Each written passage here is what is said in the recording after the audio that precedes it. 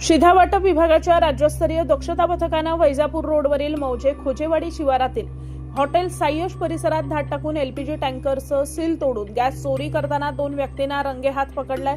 या तपासामध्ये एचपी कंपनीचे 2 capsule tankers क्रमांक MH43K5921 आणि MH43CK5747 आढळलेत।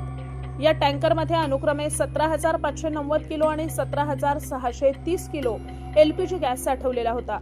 दिनांक 2 एप्रिल 2026 रोजी मिळालेल्या गोपनीय माहितीनुसार नियंत्रक शिधा वाटप चंद्रकांत डांगे यांच्या सूचनेनुसार आणि गणेश बेल्लाळे यांच्या मार्गदर्शनाखाली ही कारवाई करण्यात आली आहे।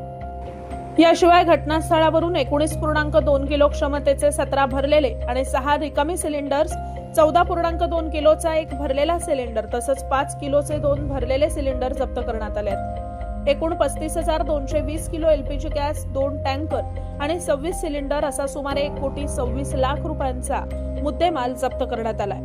दक्षता पथकाच्या माहितीनुसार जप्त केलेला गॅस सुमारे 2,480 कुटुंबांची गरज भागवेल एवढा होता।